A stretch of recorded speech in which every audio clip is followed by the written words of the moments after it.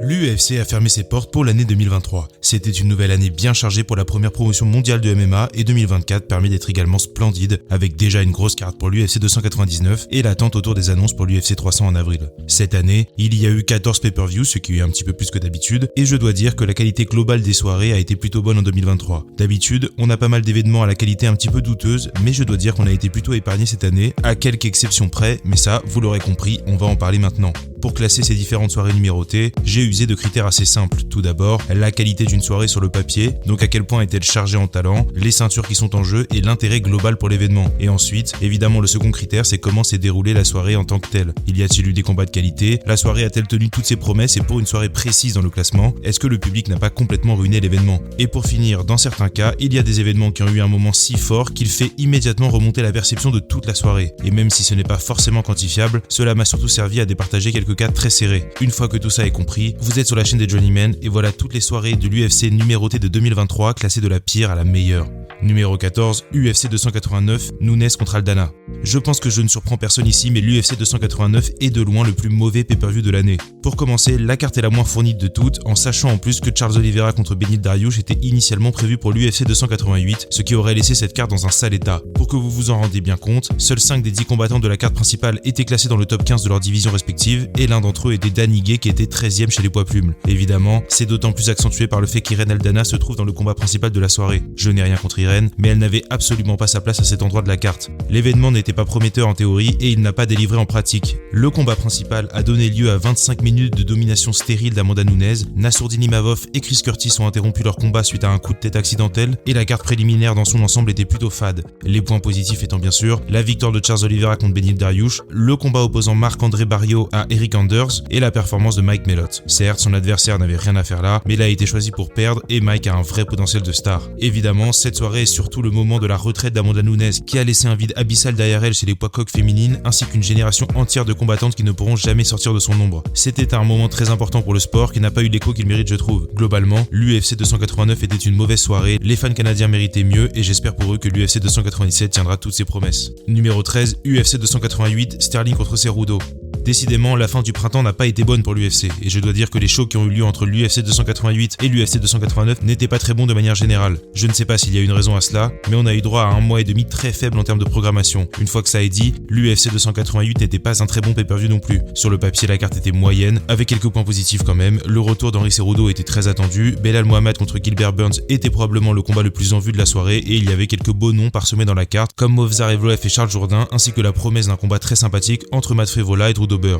Dans les faits, la soirée n'a pas été simple à suivre. Commençons par le positif, Matt Frevola contre Drew Dober était effectivement un combat très sympathique. Malgré sa défaite, les fans ont vu émerger un nouveau chouchou de la foule en la personne de Diego Lopez, qui a offert une très belle performance contre Movsar Evloev en short notice. Enfin, Xan Guiaonan s'est affirmée comme la prochaine challengeuse à la ceinture de Zhang Weili en mettant KO Jessica Andrade. J'aurais pu jurer que l'UFC aurait déjà mis en place un combat entre les deux femmes en Chine à l'heure où j'écris ce texte, mais pour une raison qui m'échappe encore, ce n'est toujours pas le cas. En ce qui concerne le combat principal, je sais que ce n'est pas le genre d'affrontement qui plaît au grand public, mais c'était un peu plus dynamique que je ne l'avais anticipé, et franchement, j'ai passé un plutôt bon moment en le regardant. Il y a évidemment de sérieux points négatifs dans cette soirée. Tout d'abord, le co-main event entre Belal Muhammad et Gilbert Burns. Le Brésilien s'est blessé très tôt dans le combat et Belal n'a pas exactement cherché le finish, ce qui a donné lieu à 25 minutes avec un manque total de dynamisme. Si ennuyeux d'ailleurs que Belal pourrait ne pas obtenir la chance au titre qui lui était promise en cas de victoire. Puisqu'on en est aux performances douteuses, il faut évidemment parler de Kron Gracie. Il nous a offert une performance digne d'une compétition de JJB. Ce n'était tout simplement pas un combat de MMA et c'était extrêmement pénible à regarder. Le problème majeur de l'UFC 288 est à quel point la soirée a semblé anecdotique. Le retour d'Henry Cerudo n'a finalement pas été le moment significatif qu'il aurait dû être et la soirée manque d'un moment significatif.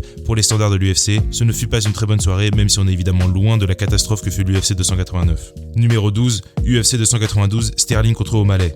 L'UFC 292 est la définition d'une soirée qui tient sur un seul moment. Il faut dire que la carte principale était vraiment très prometteuse sur le papier, mais dans les faits, c'était extrêmement décevant. En particulier les combats opposant Marlon Vera à Pedro Munoz et Ian Gary à Neil Magny. Gary et Vera ont tous les deux remporté ces affrontements, mais on était loin de ce dont ils sont capables en termes de divertissement. La carte préliminaire n'était pas fantastique non plus, mais la finale de Tough entre Brad Katona et Cody Gibson était top et mérite un coup d'œil si vous ne l'avez pas déjà vu. Zhang Weili a complètement massacré Amanda Lemos dans le co-main event. Évidemment, c'était une belle performance de la chinoise, mais à un moment moment donné, j'avais un peu l'impression d'assister à un tabassage plus qu'à un combat de MMA. Surtout le dernier round qui est très dur à voir tant il ne va que dans un seul sens. Mais ce qui est retenu de l'UFC 292, c'est évidemment la façon avec laquelle la soirée s'est achevée. Sean O'Malley a mis KO Aljamain Sterling à la surprise générale et il est devenu champion des poids coqs. C'est un des moments très importants de cette année car la majorité des fans pensaient que Sean n'était qu'un combattant pistonné qui allait se faire détruire dès qu'il allait affronter un adversaire avec des aptitudes en lutte. Mais il a prouvé qu'il n'était pas qu'un produit marketing mais bien un combattant d'élite et franchement, c'est peut-être le moment le plus impactant de cette année 2023. Ce qui est sûr, c'est qu'il sauve la carte qui n'était pas très enthousiasmante jusque-là. Sean O'Malley est une véritable star et c'est sans trop de surprise que l'UFC est en train de construire une carte titanesque autour de lui en mars.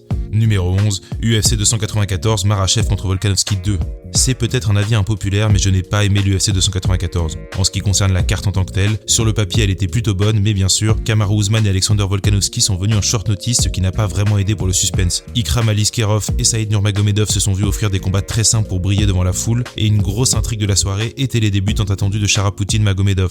C'est plus en pratique que la soirée a échoué selon moi. La carte préliminaire n'était pas au niveau, à l'exception du très bon combat entre Mohamed Mokaev et Tim Elliott. Les débuts de Sharapoutin ont surtout mis en lumière qu'il était probablement le Dagestanais avec la plus mauvaise défense de lutte que je n'ai jamais vue de ma vie. Il y a eu des grossières erreurs d'arbitrage ou du médecin dans 3 combats cette soirée-là, celui de Mohamed Neimov contre Nathaniel Wood, celui de Javid Basharat contre Victor Henry et bien sûr, la catastrophe qu'est le no contest entre Magomed Ankalaev et Johnny Walker. Le combat entre Khamzat Chimaev et Kamaru Usman n'a également pas tenu ses promesses. Je pense que tout le monde était très déçu de la performance de Chimaev qui a affronté un adversaire en short notice et a eu l'air d'être celui qui était en manque de cardio. Je pense que le sentiment généralisé n'était pas de se dire que c'était une belle victoire pour lui, mais plutôt de se demander ce qu'il se serait passé avec 2 rounds de plus. Le combat principal sauve un peu la soirée et le chaos spectaculaire d'Islam Makhachev a permis de faire oublier une partie des déboires de l'événement. Mais malgré la manière, sa victoire est bien sûr teintée d'une astérisque qui est ce short notice pour Volkanovski. Que vous soyez pour Islam ou non, je pense que tout le monde était un peu triste qu'un combattant aussi volontaire et actif que l'Australien perde probablement sa dernière chance à la ceinture des poids légers de la sorte. L'UFC 294 était une soirée prometteuse, mais elle a souffert de sacrées circonstances avant et pendant l'événement qui ont vraiment heurté sa qualité. Dommage pour nous, c'était une des rares soirées de l'année à des bons horaires pour l'Europe.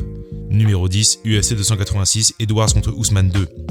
Avec UFC 286, on entre dans les bons pay-per-view de l'année, et il y a pas mal de choses à dire sur celui-là. Déjà, la foule aide pas mal, on peut dire ce qu'on veut, mais les foules européennes et australiennes nous ont offert les meilleures ambiances cette année, et cette soirée n'y fait pas exception. La carte est plutôt correcte, avec 2 gros combats en main event et en co-main event, et une foule de prospects dans le reste de la carte. Évidemment, le combat que tout le monde retient de l'UFC 286, c'est cette opposition entre Justin Gaethje et Rafael Fiziev. Très grosse guerre, et l'un des meilleurs combats de l'année à mes yeux. Il y a pas mal de finishes et de combats plaisants dans la carte préliminaire, et je ferai une mention spéciale à Jack Shore, qui est un combattant que j'aime beaucoup. Le moment qui rend l'UFC 286 encore plus spécial, c'est la victoire de Leon Edwards devant son public. Alors que tout le monde pensait qu'il allait se faire ouvrir en 2 après avoir perdu les 4 premiers rounds lors de l'UFC 278, il a montré qu'il était véritablement le meilleur poids welter du monde et même si le combat n'est pas exceptionnel pour un spectateur, il délivre un moment assez touchant et une fin de pay-per-view très sympathique. La soirée a pas mal de défauts en revanche. Déjà, la qualité des noms proposés est rapidement faible. Le problème des cartes hors des États-Unis, c'est que l'UFC se permet d'empiler les talents locaux pour combler le manque d'importance de certains combats. Je comprends la logique commerciale bien sûr, mais ça donne l'impression d'une carte un petit peu légère. Ensuite, l'UFC 286 a plusieurs combats très soporifiques. Rien que sur la carte principale, Marvin Vettori contre Roman Dolidze et Jennifer Maia contre Casey O'Neill sont durs à suivre par moments, et il y a plusieurs autres combats similaires dans le reste de la soirée. Je pense tout de même que l'UFC 286 est globalement un bon pay-per-view, mais il faisait bon d'arriver au dernier combat de la soirée. Numéro 9, UFC 283, Hill contre Teixeira. Une autre soirée à thème, mais l'UFC 283 au Brésil m'a laissé un meilleur souvenir que son comparse anglais. Il faut dire que le roster de talents brésiliens est plus large que celui anglais, donc la carte est nécessairement de meilleure qualité. Pas mal de gros combats pour le premier pay-per-view de l'année 2023. 2 ceintures en jeu, plusieurs gros noms sur la carte principale et une carte préliminaire pleine de jeunes talents. C'est une structure très académique de pay-per-view, les stars dans la carte principale et les jeunes talents en ouverture pour bénéficier de l'appui médiatique d'un événement numéroté. D'une manière générale, c'est une bonne soirée avec ses hauts et ses bas, mais globalement, j'ai passé un bon moment devant. Je pense que le reproche majeur qu'on peut faire à l'UFC 283, c'est la foule. Je n'en connais pas vraiment la raison, mais on a eu droit à un public très étrange pour cette venue au Brésil. De ce que je rappelle en avoir lu à l'époque, les Brésiliens reprochaient à l'UFC les coûts des billets et je n'ai pas trop regardé ce sujet en profondeur, mais ce qui est certain, c'est que c'était probablement le pire public de l'année. Brandon Moreno s'est fait caillasser en rentrant en coulisses et la foule est partie alors que Glover Teixeira annonçait sa retraite. Un autre problème que j'ai avec l'UFC 283 qui m'est propre, c'est que les 2 combats de titre ne m'intéressaient pas plus que ça. Hill contre Glover ressemblait à une tentative forcée d'avoir un nouveau champion des mi-lourds et on avait déjà vu Figueiredo contre Moreno 3 fois et même si j'adore leur rivalité, ça faisait un petit peu indigeste. Au-delà de ça, c'était une bonne soirée de A à Z, rien d'exceptionnel mais continuellement bon. 2 retraites massives lors de l'UFC 283, celle de Glover Teixeira bien sûr, mais également celle de Mauricio Rua qui est malheureusement un petit peu passé inaperçue. Numéro 8, UFC 296, Edwards contre Covington. À la 8ème place, on retrouve notre pay-per-view le plus récent de l'année, l'UFC 296. C'était une très bonne soirée avec pas mal de gros noms, même si je vais tempérer la qualité de la carte en tant que telle immédiatement. Avec la disparition de Yann Gary contre Vicente Luque, je pense que la majorité des fans ont fini par voir l'UFC 296 pour ce qu'il est. Une équipe de vieille gloire que l'on sacrifie aux jeunes avec un combat principal un petit peu bancal. Ce n'est pas pour dire que les vieux ne se sont pas rebiffés, j'insère ici une photo de Bryce Mitchell au sol pour démontrer mon point, mais Tony Ferguson et Stephen Thompson ne sont plus dans le coup, à des degrés très différents bien sûr, et leurs défaites respectives ne faisaient pas trop de doute. En fonction d'où vous vous situez sur le spectre de l'appréciation de Colby, vous attendiez plus ou moins le main event de la soirée, mais ce qui est sûr, c'est qu'il ne s'est pas passé de la manière que vous l'auriez espéré. On s'est un petit peu ennuyé devant Leon Edwards contre Colby Covington. Même si vous êtes le plus grand fan de Rocky, ce n'était parfois pas simple à suivre. La carte préliminaire était vraiment bien par contre. Beaucoup de finish et une guerre très inattendue entre Irene Aldana et Carol Rosa, peut-être le meilleur combat féminin de l'année d'ailleurs. Évidemment, Shavkat n'a fait qu'une bouchée de Stephen Thompson et le Kazakh est désormais un vrai contender à la ceinture. J'ai un petit fait pour l'histoire de Résurgence qu'est en train d'écrire Cody Garbrandt, mais je ne vais pas m'emballer pour l'instant. Mention spéciale également à Alexandre Pantoja qui continue d'émerger comme l'une des grosses stars de 2023 et qui a fait une superbe performance contre Brenton Royval dans le co-main event. Globalement, l'UFC 296 était une bonne soirée, un peu minée par son main event et la prédictibilité de sa carte principale. Mention spéciale bien sûr à Dana White qui essaye de nous faire croire qu'il n'a pas fait exprès de mettre Duplessis et Strickland aussi proches l'un de l'autre dans la foule. Numéro 7, UFC 293, Adesanya contre Strickland. En parlant de Sean Strickland, voilà son grand moment de l'année. L'UFC 293 en Australie était l'une des pires cartes de l'année sur le papier, mais elle a surperformé et offert l'une des meilleures soirées dans la cage. Difficile de la placer plus haut en revanche dû au manque abyssal de gros noms sur l'événement. La carte de l'UFC 293 est une tentative paresseuse de capitaliser sur la popularité d'Israel Adesanya pour vendre une soirée moyenne au prix d'une bonne. Tai Tuivasa est un combattant très populaire, mais après 2 défaites de suite, il n'avait rien à faire dans le co-main event d'un pay-per-view. En réalité, à part le main event, aucun autre combat n'avait vraiment sa place dans une carte principale de pay-per-view sur le papier. Mais ça, c'est uniquement en théorie, parce qu'en pratique, c'est une des meilleures cartes principales de l'année. Lorsqu'un combat de poids lourd ou demi-lourd contient des combattants au cardio douteux, il y a toujours une crainte qu'une fois le premier round passé, le combat devienne lent et très décousu. C'est pour cela que c'est une bonne chose que les 2 premiers combats de la carte principale aient été des finishes expéditifs, car non seulement c'est très impressionnant visuellement, mais ça permet aussi de s'éviter une très longue situation. Manel Kape et Felipe Dos Santos ont proposé le combat de la soirée et l'un des tout meilleurs de l'année. Vous allez souvent m'entendre parler de mon enthousiasme pour Manel Kape, donc il va falloir vous y faire. Volkov a réussi l'exploit de rendre un combat entre Tai Tuivasa et lui intéressant, mais on passe immédiatement au moment le plus important de la soirée, le main event. Ce n'est pas très important que vous ayez ou non de la sympathie pour Sean Strickland, il a complètement brisé toute logique dans le MMA ce soir-là. Non seulement en battant Adesanya, mais surtout en le dominant très largement. C'est l'exploit de l'année et de loin, et sincèrement, cette victoire apporte un vent d'air frais un peu nécessaire chez les poids moyens. Strickland a conquis beaucoup de fans cette année, et le voir remporter une ceinture était assez émouvant. Surtout, c'est un bon point final pour un superbe pay-per-view qui aurait pu être beaucoup plus haut avec un peu plus de gros noms sur la carte. Mention spéciale pour la foule australienne qui est l'une des meilleures qu'on a eu de l'année et qui a vraiment transformé l'UFC 293 en une soirée spéciale. Évidemment, en dernier point, la victoire de Kevin Jousset donne des points de sympathie supplémentaires à l'événement à mes yeux. Une soirée avec un vainqueur français sera toujours un meilleur souvenir que l'inverse. Numéro 6, UFC 287, Adesanya contre Pereira 2. Je vais commencer par un point évident, la carte de l'UFC 287 n'était pas si bonne que ça sur le papier. Je pense que l'UFC a extrêmement bien marketé la soirée et a de nouveau réussi à faire passer Jorge Masvidal pour un plus gros morceau qu'il ne l'est réellement. La carte est tout de même bonne, avec quelques gros combats sur la carte principale, mais globalement, l'intérêt de la soirée tourne vastement autour de son main event. La revanche entre Israel Adesanya et Alex Pereira était l'un des combats les plus attendus de l'année, et l'histoire de la rédemption d'Israël contre son rival était très bien huilée et a été parfaitement vendue. Évidemment, en rétrospective, tout le monde est un peu tombé sous le charme d'Alex Pereira depuis, mais à l'instant T, c'était une histoire parfaite pour le néo-zélandais. La soirée est très divertissante et le combat entre Kelvin Gastelum et Chris Curtis est l'un des meilleurs de l'année et n'est pas passé loin de voler la vedette de l'événement. Joe Pyfer a continué sa marche en avant en mettant KO le toujours très solide Gerard Meerschaert. Sur la carte principale, on a été gratifié de très bons combats, notamment celui entre Kevin Holland et Santiago Ponzinibbio, et la retraite de Jorge Masvidal était plutôt touchante. Mais évidemment, le gros moment de la soirée, c'est la victoire par KO d'Adesanya et cette incroyable célébration qui est littéralement l'une des plus impactantes de l'histoire du MMA. C'était le moment le plus important de sa carrière et ce n'est qu'une théorie, mais j'attribue une partie de sa performance contre Strickland au fait qu'il a un peu fini ce qu'il avait à faire dans le sport en battant Pereira. L'UFC 287 était un bon pay-per-view avec un combat incroyable sur la carte préliminaire et un main event qui restera dans les annales du sport. Numéro 5, UFC 284, Makhachev contre Volkanovski.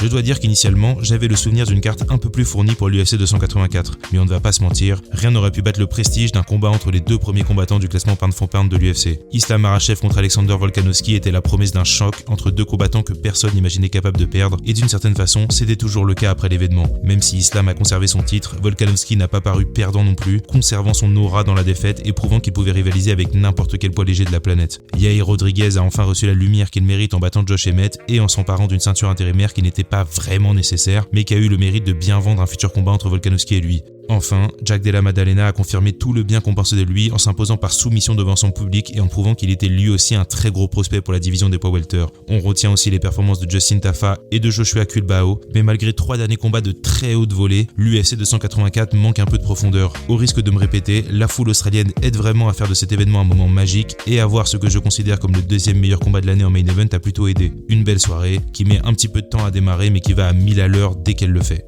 Numéro 4, UFC 291, Poirier contre Gaethje. Avec l'UFC 291, on rentre dans les très bonnes cartes à la fois en théorie et en pratique. Cette soirée est la seule de l'année qui n'a pas de véritable ceinture en jeu, mais ce n'est pas pour autant qu'elle manque de qualité. Le combat principal était la promesse d'une affaire divertissante entre Justin Gaethje et Dustin Poirier, et le co-main event était extrêmement attendu. Tout le monde se demandait alors ce qu'Alex Pereira allait pouvoir proposer chez les mi-lourds. L'UFC 291 est également l'occasion du retour de Michael Chiesa pour affronter le très populaire Kevin Holland. Tony Ferguson figure aussi sur la carte principale, et même si c'est toujours sympa de voir Tony, ce n'est plus exactement agréable de le voir combattre. La carte préliminaire n'était pas extrêmement fournie sur le papier, mais dans les faits, elle a offert quelques combats incroyables. Je pense notamment au finish de Roman Kopylov contre Claudio Ribeiro et à la soumission de Gabriel Bonfim en 1 minute contre Trevin Giles. Ce qui fait clairement reculer cette soirée, c'est qu'aussi marrante semble la carte principale sur le papier, elle n'a pas énormément d'enjeux. La ceinture BMF est un accessoire qui commence doucement à avoir une histoire mais qui reste un titre factice, existant uniquement pour vendre des pay-per-view. Ce manque d'enjeux est vraiment dommageable parce que la soirée était vraiment excellente. Le KO de Justin Gaethje sur Dustin Poirier est un des meilleurs moments de l'année. Derrick Lewis a éteint Marco Ruggiero de Lima avec un coup de genou sauté et Kevin Holland a soumis Michael Chiesa avec une Darce Choke exceptionnelle. Globalement, seul le combat entre Alex Pereira et Jan Blachowicz a un petit peu déçu. Ce n'était pas un mauvais combat en tant que tel, mais disons qu'on en attendait un petit peu plus de deux des plus gros cogneurs du sport. L'UFC 291 est une très bonne soirée, mais qui manquait globalement d'enjeux et d'un petit peu de profondeur et de gros noms, mais ça reste un très bon événement. Numéro 3, UFC 285, Jones contre Gane. Voilà une soirée qui nous a fait beaucoup de mal, mais pour le retour de John Jones, l'UFC a mis les petits plats dans les grands et la carte était magnifique. 2 combats de ceinture, la présence de certains des plus gros prospects de l'UFC avec Shavkat Rakhmonov, Bo Nickal ou encore Ian Gary, et même si on ne le savait pas vraiment à l'époque, 2 combattants sur le point de faire une grosse année 2023 étaient également présents, Mateusz Gamrot et Dricus du Plessis. L'UFC 285 était une très grosse carte, mais honnêtement, le retour de John Jones aurait suffi à en faire un mastodonte commercial. Et il faut dire que la soirée a tenu toutes ses promesses. Ian Gary, Bo Nickal et Shavkat ont tous les 3 gagné par finish, Alexa Grasso a accompli ce qui semblait impossible et a réussi à battre Valentina Shevchenko pour devenir championne du monde dans un exploit gigantesque, et surtout, John Jones a eu le retour parfait en soumettant Cyril Gane en 2 minutes. Évidemment, cela ne m'a pas fait plaisir en tant que fan français, mais je suis tenu de rester objectif, et c'était un moment d'une importance capitale qui a profondément marqué l'année. L'UFC 285 donnait vraiment le sentiment qu'il allait être un événement majeur et ça n'a pas loupé. La soirée n'a pas vraiment de défaut à proprement parler, c'est un show bien construit qui a offert un superbe spectacle et qui aurait pu être la meilleure soirée d'une autre année. Mais il faut dire que 2023 nous a offert 2 autres très beaux événements. Numéro 2, UFC 295, Pereira contre Prochazka.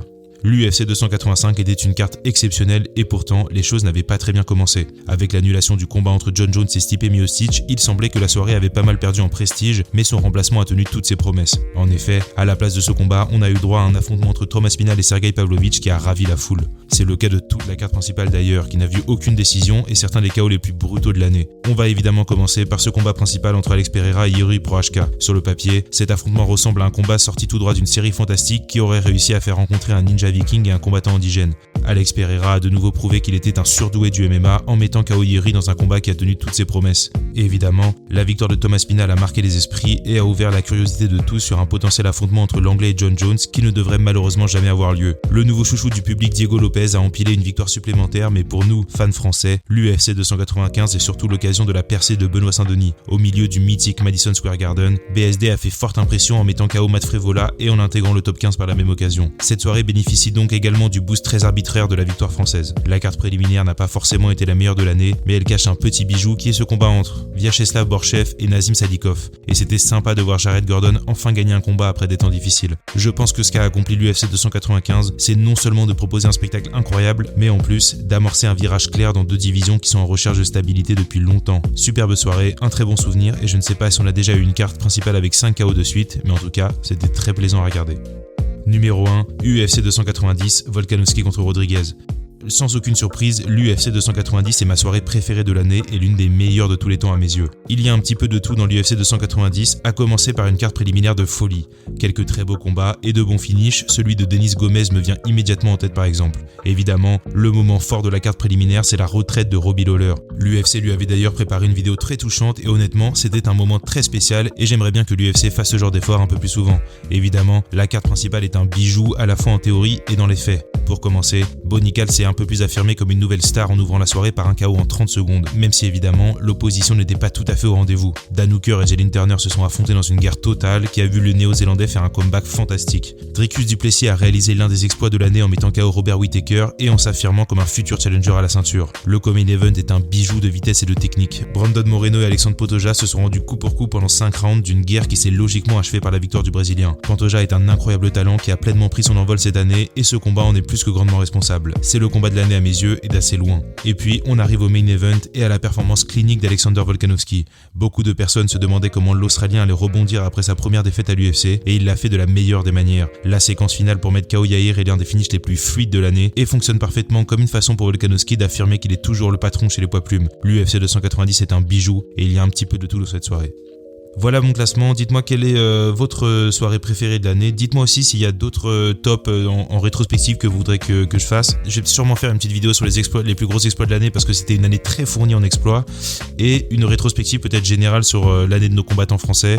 Voilà, je suis encore en train de voir quelle forme ça pourrait prendre. En tout cas, n'hésitez pas à donner vos suggestions si vous en avez et je vous reparle bientôt, salut les gars.